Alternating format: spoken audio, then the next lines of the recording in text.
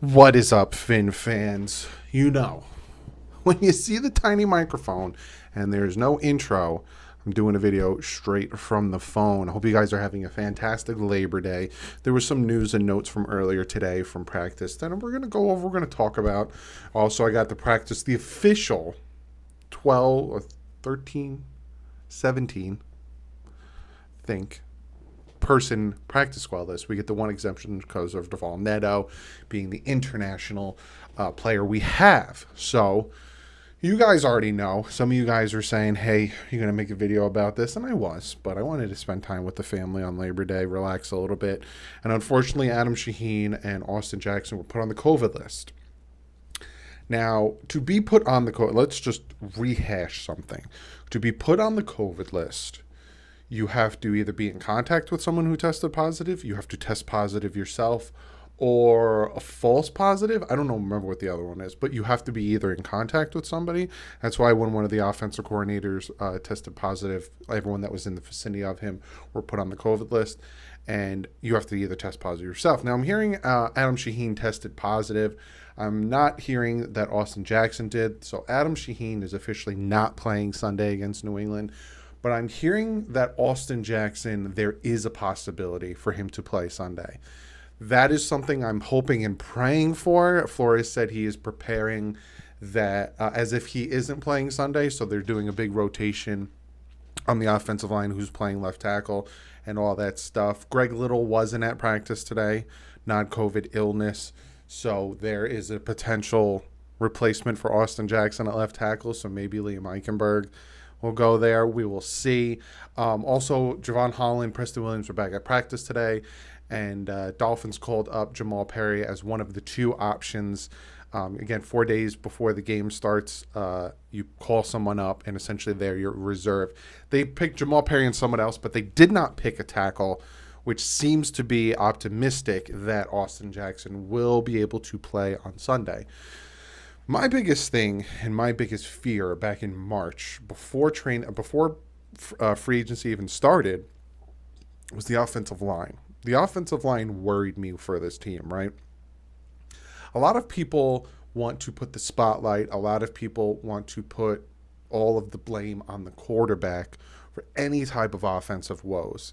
Whether it's, poor running game, why aren't they pushing the ball down the field, check down Tua, all of these things. They want to put the microscope. They want to put everything on the quarterback as a quarterback. Ask Patrick Mahomes how that went in the Super Bowl. Yes, 100%. And I've said this time and time again. It's a yin and yang situation with the quarterback and the running back and the offensive line. You have to be able to hit the right lanes, right holes, be decisive with your runs as a running back, but also there has to be lanes for you to run through. Same thing with a quarterback. You can't concrete feet. You can't stare down your receivers.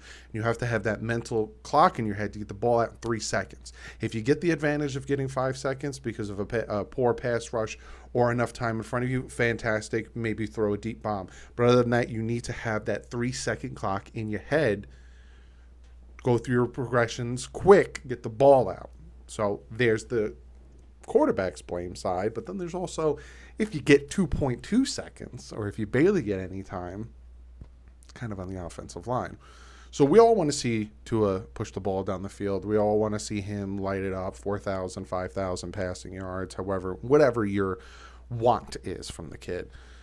That being said, there has to be some type of help from the offensive front. And the whole point of me going on that minute tangent about cohesion between offensive line and running back, offensive line and quarterback, is that March of this year, I was like, they need to address it because we had 100-yard rusher last year. The run game was just kind of non-existent for the past 2 years. And I think just the amount of time that our quarterbacks got, not even Tua, but also Ryan Fitzpatrick, was not enough. So the offensive line worried me. And to me, it's always the trenches are going to win you championship games. That being said, now we're going into week 1, and it seems to be another scenario of crap. And you're going up against Bill Belichick. As much as we hate the man, he's one of the best coaches out there, ever. out there. One of the best. I'm not saying he is the best, but he's one of the best out there. So if he sees that there is a kink in the chain and it's left tackle, you bet your sweet Aunt Bippy he's going to be sending pressure off that left side. Good thing that's not his blind side, Tua. But still, we're not going to be running it to the left. We're going to force it to the other side, and then they're going to know. It's going to be this whole debacle. I'm not saying it's going to happen, but we'll see how this all pans out when it comes to the offensive line. It doesn't seem like the question was answered this offseason with the offensive line. Is that because they focus on other parts and are going to get back to the offensive line this upcoming offseason? Maybe. $62 million in cap space, second most in the NFL. Maybe they finally go out and throw money at some of these big offensive linemen like we wanted in Lindsley, the center like we wanted in Thuney, the guard like we wanted it for all of these offensive linemen that the Dolphins were like, want to build through the draft. So, Hunt hasn't been playing bad. Maybe Solomon Kinley. I'll go through the depth chart on Friday when I break down the preview for the Patriots game. We'll go through the depth chart, but you take the depth chart with a grain of sand, salt, whatever the hell you say.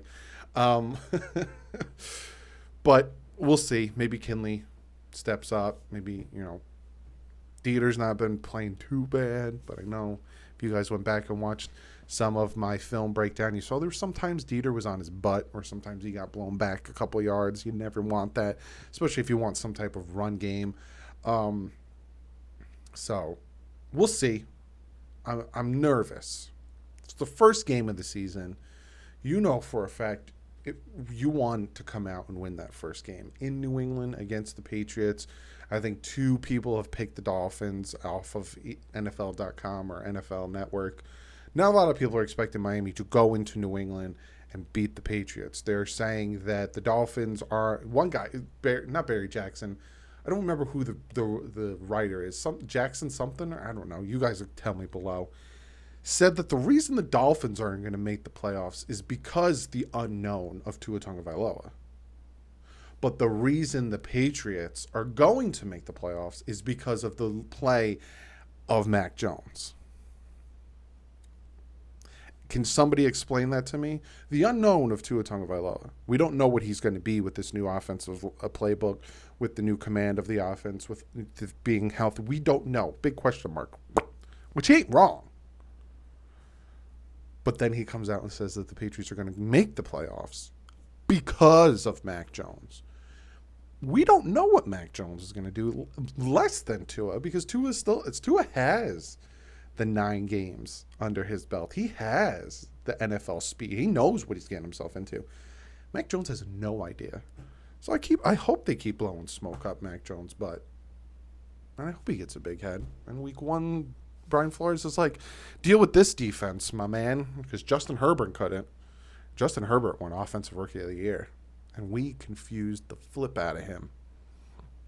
But yeah, that's the news and notes from Shaheen Jackson and from practice today. They did make some roster moves. They released Strobridge and Tino Ellis from the practice squad, and they added Isaiah Ford. Isaiah Ford is back on the team, and fullback Carl Tucker. He's a fullback / tight end. But I think it's hilarious that they added Isaiah Ford back to the team.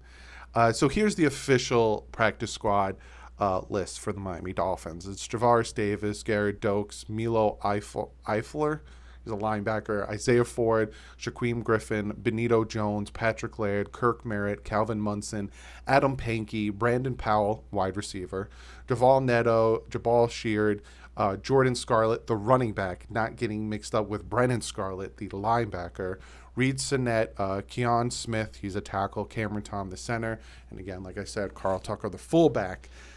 But that's what I got for you. I thought I'd come on here straight to the phone video, kind of talking about what's going on right now. Picks video will be out Wednesday. I think it's just going to be me and my dad this year doing our picks. And then Friday is going to be the preview of the Dolphins taking on the New England Patriots. I'm going to break that down. Saturday, I'll be live. And then next week, my dad said he will be here and he will be live with me to watch the Dolphins take on the Bills. So next week, you guys get to see and hang out with me and my father on the 19th of September, 1 p.m., watching the Bills game with us. But other than that, guys, I hope you guys had a fantastic Labor Day. Again, no comment of the day because this is just a quick, straight from the phone video. But I hope you guys had a fantastic day today. Ate a lot, all that stuff. I had ribs that are just, every time I burp, I feel like Godzilla about to just particle beam out of my mouth. I'm dying on the inside. But other than that, guys, I'll see you tomorrow? No, Wednesday with the picks video. If news breaks, you'll get a video, but I'll see you guys Wednesday with the picks video. But like usual, stay classy and fins up.